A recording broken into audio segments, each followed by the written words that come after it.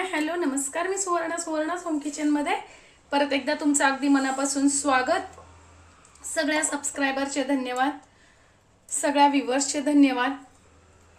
खूप छान असा रिस्पॉन्स देताय त्याबद्दल आभार। मी आज तुम्हाला आता आपल्याकडे चैत्र महिना चालू झालेला आहे आणि उन्हाळ्याचा दाह पण लागायला लागलेला आहे, तर त्यासाठी खूप छान आपल्या पारंपरिक काही रेसिपी आहेत ज्या आपल्याला नॅचरल थंडावा देतात।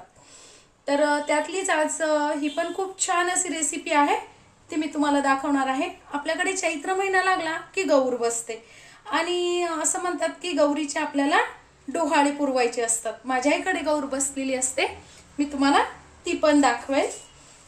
तर गौरीचे डोहाळे असतात, तर गौरीचे डोहाळ्यात गौरीला आवडते ते कैरीचं पन्ह, कैरीची चटणी, त्यानंतर कैरीची डाळ, आंबे डाळ, कैरीची मोकळी डाळ, असे छान छान गौरीला पदार्थ आपण महिनाभर करून घालायचे असतात। तर त्यातलाच एक पदार्थ आज मी तुम्हाला दाखवणार आहे, आंबे डाळ म्हणून। तर ती पण खूप सुंदर लागते, खायलाही छान लागते आणि त्याच्यात जे पदार्थ पडतात उन्हाळ्यासाठी की जे आपल्याला नॅचरल थंडावा देतात ते असतात। त्यामुळे आज मी तुम्हाला खूप छान अशी ती रेसिपी दाखवणार आहे। तर त्यासाठी मी इथे घेतलेली आहे 1 वाटी हरभऱ्याची डाळ घेतलेली आहे, ती मी एक 3 ते 4 तासासाठी भिजवून घेतलेली आहे। 1 वाटी कैरी किसून घेतलेली आहे। कैरी किती आंबट किंवा गोड आहे त्यावर डिपेंड आहे। ही आंबट पांढरी स्वच्छ कैरी मी घेतलेली आहे आणि तुम्ही तुकडे करून घेतले तरी चालेल, पण तुकडे जर केले तर ते जास्ती मिक्सर मध्ये बारीक होत नाही आणि आमच्याकडे थोडंसं बारीक आवडतं। आणि तुम्ही अशी डायरेक्ट घातली किसून तरी छान लागते, दाताखाली आली तर छान लागते आंबट कैरी, पण आमच्याकडे जरा बारीक आवडते म्हणून मी किसून आणि मिक्सर मध्ये बारीक करून घेणार आहे। त्यानंतर मी इथे घेतलेत 1 चमचा जिरे, 4 ते 5 या कमी तिखट हिरव्या मिरच्या आहे।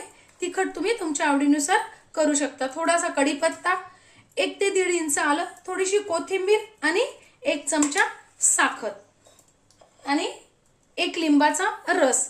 लिंबाचा रस घाला किंवा मग दही घातलं तरी चालेल, आणि जर दोन्ही असेल तर दोन्ही घाला। मी आज दही पण घालणार आहे आणि लिंबाचा रसही घालणार आहे, त्यामुळे टेस्ट खूप छान येते। आता सगळ्यात पहिल्यांदा आपल्याला हे छान बारीक करून घ्यायचंय। मी ते घालणार आहे 2 चमचे दही, किसून घेतलेली कैरी, त्यानंतर लिंबाचा रस। लिंबाचा रस ऑप्शनल आहे।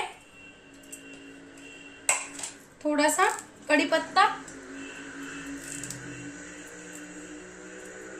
आलं, साखर आणि जिरे, थोडीशी कोथिंबीर आणि मिरच्या। मिरचीचं प्रमाण तुम्ही कमी अधिक तुमच्या चवीनुसार करू शकता। आता हे छान आपल्याला बारीक करून घ्यायचं आहे।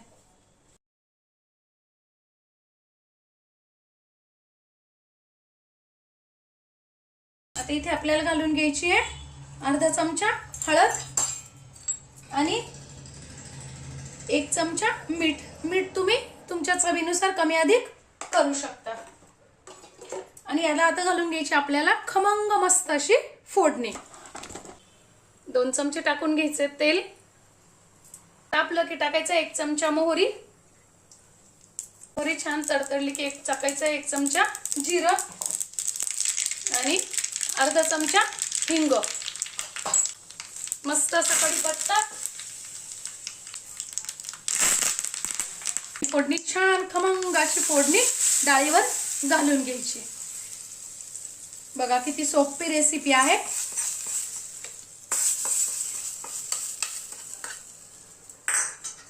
खूप सुंदर वास येतोय फोडणी दिली डाळीला, तर खूप मस्त डाळ लागते ही।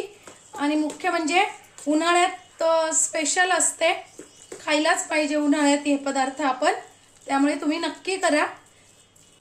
थोडीशी टाकायची आहे कोथिंबीर।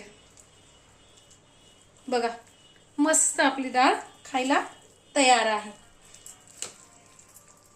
माझी आजची रेसिपी तुम्हाला कशी वाटली कमेंट्समध्ये नक्की सांगा. चॅनलला लाईक, सबस्क्राईब आणि शेअर करा. धन्यवाद.